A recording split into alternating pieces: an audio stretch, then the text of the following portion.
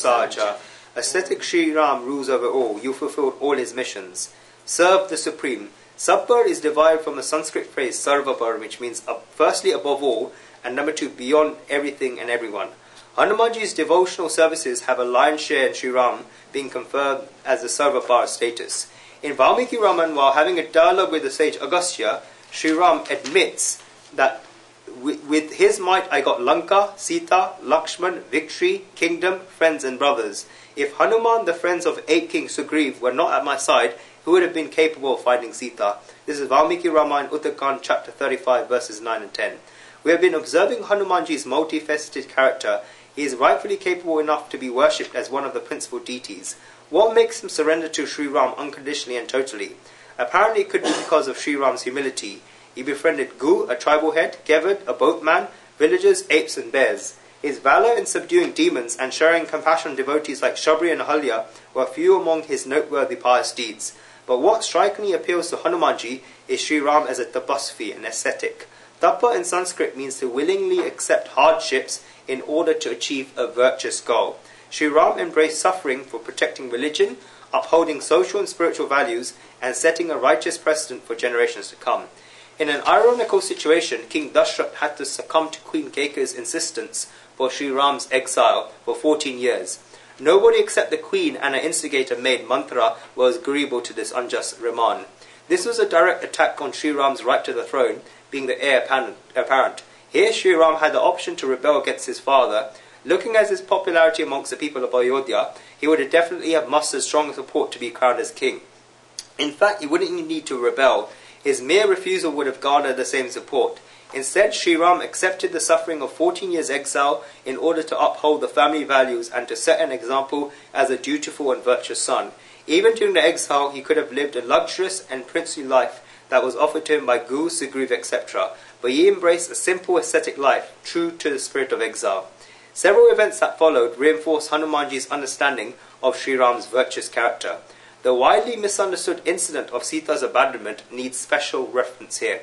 Firstly, sage Valmiki does not mention any washerman commenting adversely on Sita being with Sri Ram in the royal palace. The washerman is a later connotation of a fanciful poet. As per Valmiki's version, Burjanabad countrymen were gossiping about Sita's chastity and frowning upon her position as a queen. Sri Ram was well aware of Sita's purity and loved her immensely. Being a king, he could have either ignored the gossip or suppress the critics to continue his matrimony. Instead, the tapasvī Rājā Sri Ram opted for painful separation from Sita. This was to set a precedent for future kings to be appreciative of people's sentiments and keep in mind that the king is a servant of the nation and not a dictator. Sri Ram thus emerged as an exemplary king who always put the nation before himself. It is easy to be either a king or an ascetic, but to be both simultaneously is difficult. Sri Ram is the tapasvī Rājā, an ascetic king. History, on one hand, has seen numerous kings using their power and wealth for sense gratification. On the other hand, there has been an array of ascetics who are spiritually evolved and have attained their own liberation. Sri Ram is a glorious combination of tapasvī and Rājā. His wealth and power as king are not wasted for sensual pleasures, and his asceticism is not limited only to his own evolution. He deployed his material and spiritual resources for the overall growth of the entire nation. In this sense, Sri Ram is not just a prince of Ayodhya, but a national icon committed to the welfare of his own people. Being extremely intelligent and virtuous, Hanumanji decided to offer his abilities to support Sri Ram's mission of nation building.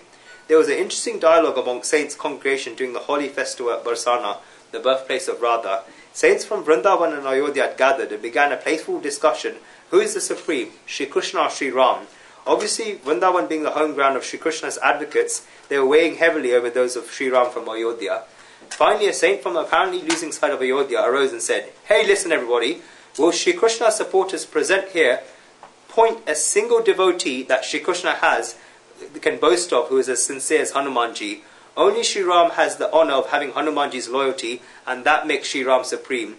On hearing this, all burst out laughing heartily. This was a playful talk only, as all saints were fully enlightened about the oneness of Shri Krishna and Sri Ram. The tapasvī Rājā Sri Ram had portrayed a virtuous traits that touched the right chord with Hanumanji both intellectually and emotionally. Thus, a powerful combination of virtue and dedication was deployed for building the nation. An organization is certainly benefited by the character of the head to attract suitable talent to create a competent second line of leadership. More importantly, Sri Ram, keeping his personal aspirations aside, gave prominence to the overall growth of the nation. The CEOs need to emulate this example for not only steering their own organizations towards success, but also playing a supplementary role for societal growth. Instead of depending solely on the government, if the tapasvī corporate heads come forward for a social cause, overall growth of the nation can be accelerated. Chaupai 28. Ora manora ta jokoi lave